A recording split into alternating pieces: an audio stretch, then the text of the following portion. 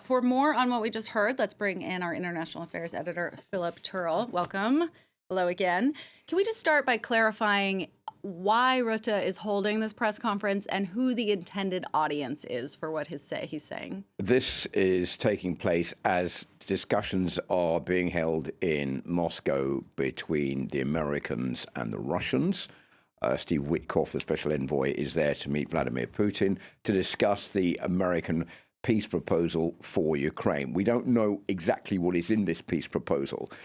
So this, I think, was a press conference by Mark Rutte, the head of NATO, of which the United States is the largest member, to try to dispel fears that there was a split coming along between the US, the other NATO members, in the way forward in trying to end the war in Ukraine. Mark Rutte remaining very upbeat about the fact, yes, thanks to the United States, we're moving forward. Yes, thanks to the United States and the discussions that we've held also between the Europeans and the Ukrainians, the 28-point peace plan that was put forward by Donald Trump, that was rejected by the Ukrainians last week, has now been reduced, and it's now moved on. That is not the plan that we're talking about, the plan that's being discussed in Moscow today between Steve Witkoff and Vladimir Putin. So I think it was trying to clarify the actual situation, but Mark Rutte not going into any specific details about what is in that plan, obviously not wanting to disrupt those negotiations in Moscow or to compromise any possibility that there would be an agreement between the two sides before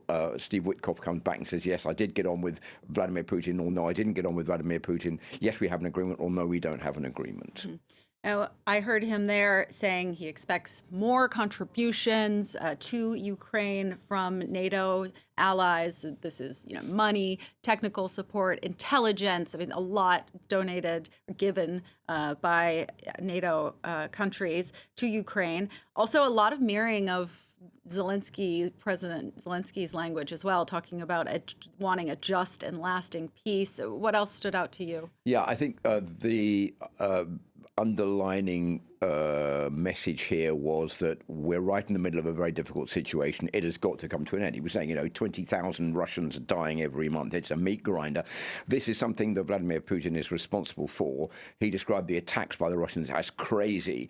So Mark Rutte making it pretty clear he joins with Donald Trump wanting this war to come to an end as fast as possible. But he says it's not just a ceasefire agreement or a peace agreement. What we need is a follow-up. We need to make sure that Russia does not want to come back for more, because we don't want the same situation we had with the Minsk Accords, which were signed by the Russians, and then the Russians broke them a couple of years later and launched further invasions of Ukraine. This time round, we want the security guarantees, the coalition and the willing.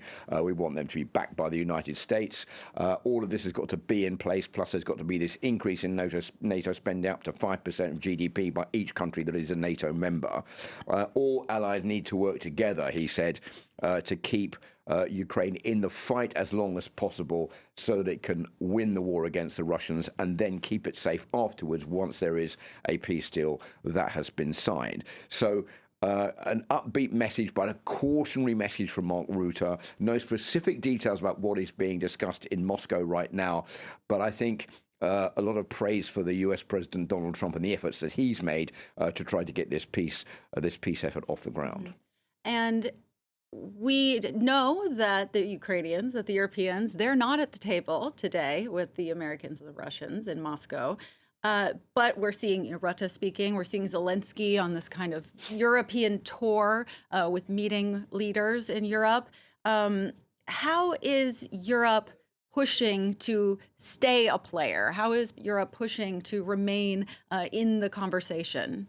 Well, Mark Rutte would not go into talking about the European Union. He was asked a few questions about, for example, unfreezing Russian loans that are held by a bank in Brussels. He said, this is nothing to do with us. I have the NATO alliance to manage. That is a European Union issue. But it's true that Europe, I think, is not considered a major player by Donald Trump. It's certainly not considered a major player by Vladimir Putin, but I think the Europeans feel that they have more to lose if the war in Ukraine is lost to the Russians. Then Russia could move forward to try to launch attacks into EU or European countries. Yet we heard questions from Romania, Romanian, Lithuanian outlets who seem very nervous about this potential threat. Yeah, particularly on the front line or with borders close to Ukraine, where they feel that if Vladimir Putin is given territories and rewarded for his actions in Ukraine, then he could move forward and try to do that in other countries at a later date. So I think Mark Rutte saying, yes, we know about that. We are building up our defences. We're trying to combat the threat of cyber war, of hybrid war. We're building more drones. We have drone technology. We're also getting technology from the Ukrainians themselves, who've become experts in the construction of drones. All of these are policies that are underway, projects that we have in hand, in a way of building up our defences in the future so that NATO can be in a position to fight off any potential threat from Russia that may come in the future after a peace deal is signed with Ukraine. International Affairs editor Philip Turle, thank you so much for debriefing with us. Appreciate it.